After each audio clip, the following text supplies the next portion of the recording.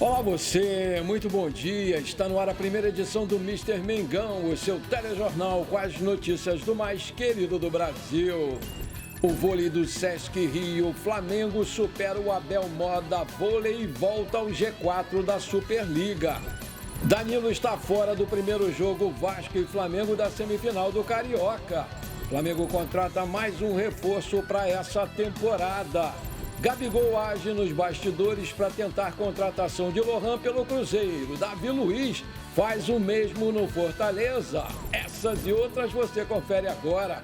Fica comigo até o final, porque aqui tem muito mais Flamengo para você. O Felipe Luiz ganhou mais um problema para a semifinal do Campeonato Carioca contra o Vasco. O GE apurou que o Danilo está fazendo um trabalho de controle de carga depois de um incômodo muscular e vai ser preservado do clássico desse sábado, às 17h45, horário de Brasília, no Newton Santos. Como Cleiton está suspenso pelo TJD e só volta em uma eventual final, o Flamengo ficou com Léo Ortiz e Léo Pereira como titulares e apenas o jovem João Vitor, de 18 anos, como opção. Por isso, o clube decidiu tirar o Iago da viagem da Libertadores Sub-20. O garoto, um ano mais velho que o companheiro de base, também vai ser opção no banco de reservas no Newton Santos. Os muitos desfalques do ataque também fizeram a comissão técnica buscar outro jogador do Sub-20. Como o Juninho está sendo preparado para o segundo jogo da semifinal, o Wallace Ian foi convocado para esse jogo. O fato do clássico ser no Newton Santos, onde o gramado é sintético, também faz o clube ter cautela e não forçar o retorno de quem estava lesionado.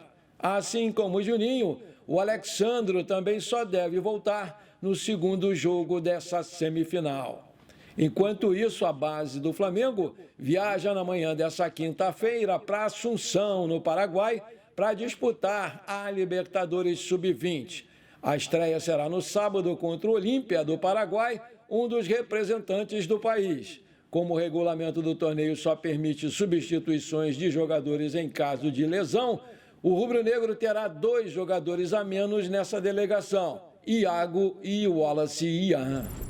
Agora uma boa notícia, o Sesc RJ Flamengo está de volta ao G4 da Superliga Feminina. Nessa quarta-feira, o time do Bernardinho superou o Lanterna Abel Moda Vôlei por sets diretos com parciais 25-20, 25-22 e 25-23 em Brusque, em Santa Catarina, pela 8ª rodada do turno. E com isso chegou a 39 pontos na cola do SESI Bauru, terceiro colocado.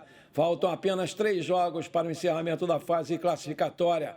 Sem a central Juju, poupada devido a dores nas costas, a ponteira Michele, ainda em recuperação de uma inflamação no pé esquerdo, o Flamengo foi para a quadra com Adria e Helena e soube se sair muito bem das dificuldades impostas pelas donas da casa. A oposta Edinara deixou a quadra como maior pontuadora da noite, com 16 acertos. E a jovem Adria, de apenas 20 anos, aproveitou a sua primeira oportunidade como titular com as cores do Flamengo. Ela anotou 9 pontos e ficou com o troféu Viva Vôlei de melhor em quadra. O Sesc RJ Flamengo vai ter uma pausa na Superliga durante o Carnaval, mas com o foco em 2 importantes compromissos em Minas Gerais.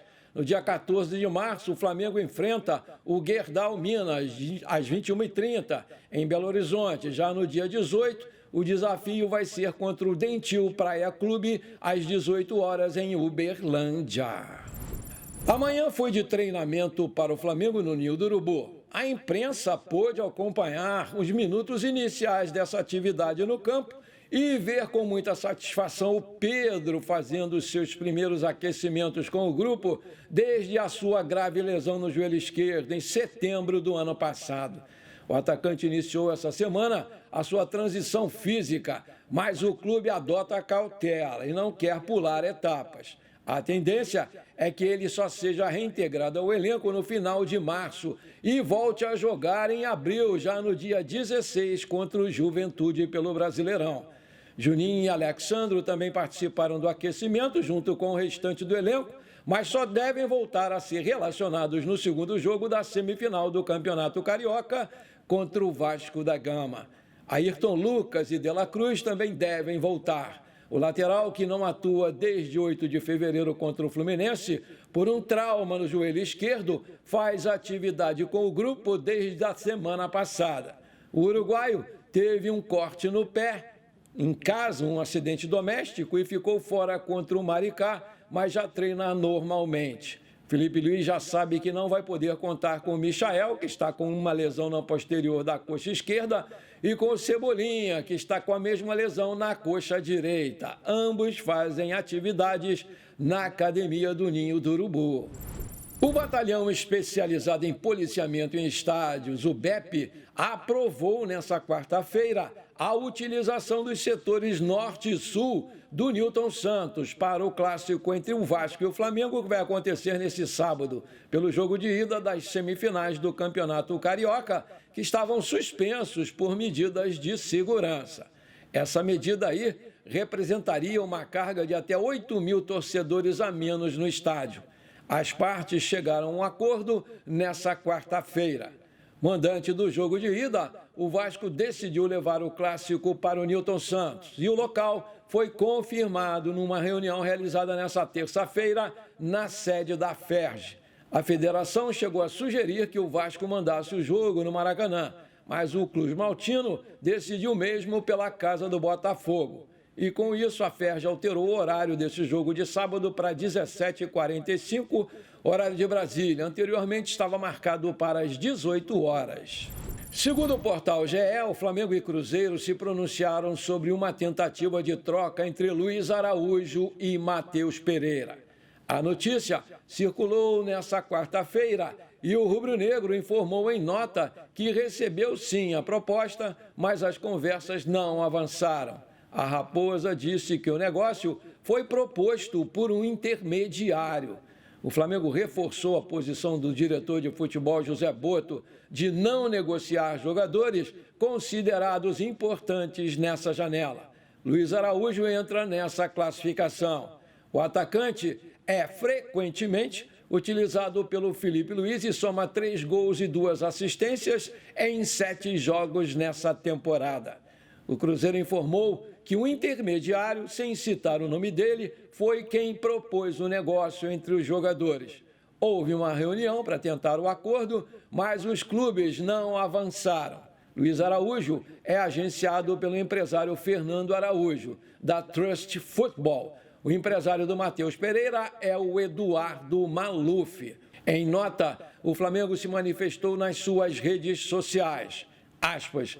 O Clube de Regatas do Flamengo confirma que foi procurado com uma proposta pelo jogador Luiz Araújo. O negócio envolveria a troca pelo jogador Matheus Pereira. No entanto, as conversas não avançaram e a transferência não vai ser realizada, fecha aspas. Aí eu te pergunto, você aprova essa troca do Luiz Araújo pelo Matheus Pereira? Coloca aí! Maravilha, se você está curtindo esse programa, então não esquece, por favor, manda brasa agora no like para fortalecer o nosso canal. Se você ainda não é inscrito, bora lá, me dá esse prazer, me dá essa moral, aperta o botão inscrever-se, aperta o sininho ali e pronto, simples assim, muito obrigado. Mesmo sem espaço no Flamengo, o garoto Lohan está em alta no mercado e virou alvo de vários clubes do futebol brasileiro, porque 2 velhos conhecidos seus têm agido nos bastidores com o objetivo de convencê-lo a mudar de ares. O Gabigol ligou para ele nessa quarta-feira para levar o amigo para Belo Horizonte, para o Cruzeiro. Já o Davi Luiz tem sido intermediário para levá-lo para o Fortaleza. Gabigol e Lohan conversaram e o papo agradou o garoto. Além disso, o técnico do Cruzeiro, Leonardo Jardim, deu aval para sua contratação. Segundo o jornal O Globo, uma proposta do time mineiro por empréstimo já está nas mãos do Flamengo, que deve responder logo logo. Situação parecida tem acontecido com o Davi Luiz no Fortaleza. De acordo com a apuração da reportagem do Coluna do Fla, o zagueiro é uma espécie de intermediário nas negociações, porque entrou em contato com o Lohan e tenta convencê-lo também que a sua ida para o clube cearense será uma boa escolha para a sequência da sua carreira. Ainda segundo Coluna do Fla, uma oferta do Mirassol, recém-promovido à Série A do Brasileirão, foi enviada ao Flamengo nesta quarta-feira. Além dos 3 clubes citados, Red Bull, Bragantino e Bahia também monitoram a situação do Lohan, de 18 anos. Enquanto isso, o técnico Felipe Luiz já deixou claro em entrevistas que não conta com o Lohan nesse momento.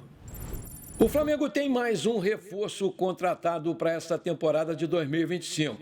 A reformulação do departamento médico em 2025 também envolve uma mudança de filosofia no combate à prevenção das lesões.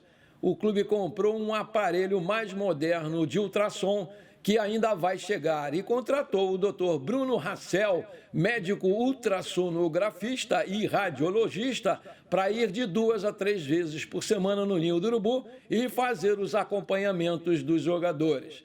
Internamente, o entendimento é que essas ressonâncias magnéticas superestimam as lesões. O Flamengo já tem um aparelho de ultrassom e vai ficar com 2 para fazer um controle da cicatrização dos músculos lesionados. O Palmeiras é outro clube que usa o aparelho no dia a dia e, além disso, os ultrassons também serão usados sempre que um jogador apresentar sinais de desgaste, como, por exemplo, através do exame de sangue, o CK, e a imagem vai ajudar a identificar se há risco de lesão ou não.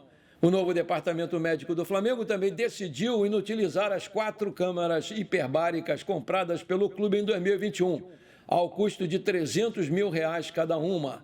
A informação foi divulgada pelo jornal O Globo e confirmada pelo portal GE.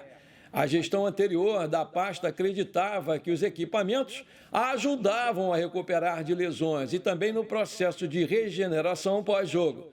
Uma visão que não foi mantida com a troca de comando do departamento médico. Internamente, hoje, acredita-se que não há comprovação científica para o uso das câmaras de medicina esportiva. Fizeram um levantamento em outros clubes pelo mundo e entre os que usam, cada um adota um protocolo diferente, o que sustenta a visão deles de que não há nada concreto sobre os benefícios. Além disso, consideram que os riscos são muito graves, como, por exemplo, um aparelho que explodiu recentemente nos Estados Unidos e queimou o jogador. Outro ponto que pesou para a inutilização das câmaras é que um levantamento interno do departamento médico desde 2021 até o ano passado, última vez que elas foram utilizadas, apontou que houve um decréscimo de uso de 80%.